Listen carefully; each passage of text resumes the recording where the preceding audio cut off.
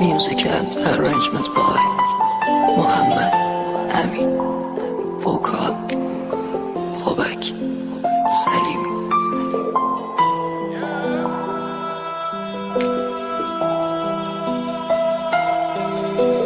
دلم گرفته هیچ کسی خبر نداره از دلم، دردم و من بدون اون.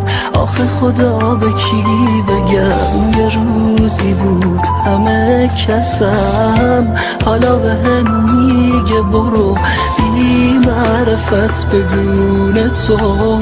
تنهایی من کجا برم، تموم جاده ها تو رو کنار من میدیدم، صدای خوندن منو به عشق تو میشنیدم. رفتی و خنده های من شده یه بغض بی صدا، به جون اون چشای تو بدون تو میمیرم.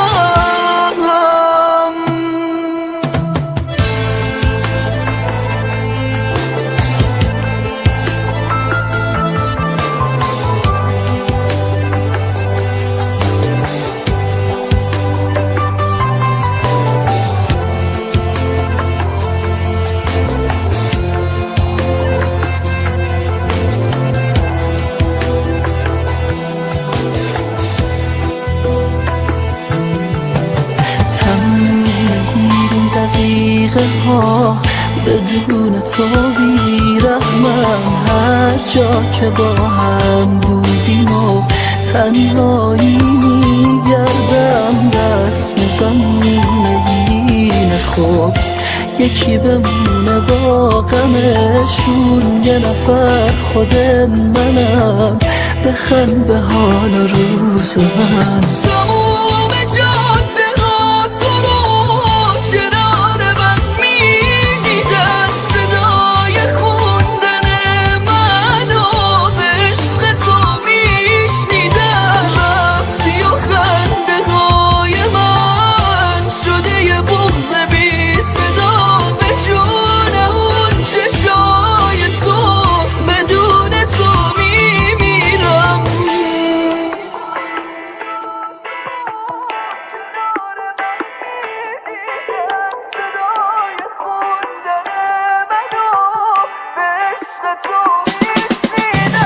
رفتی و خنده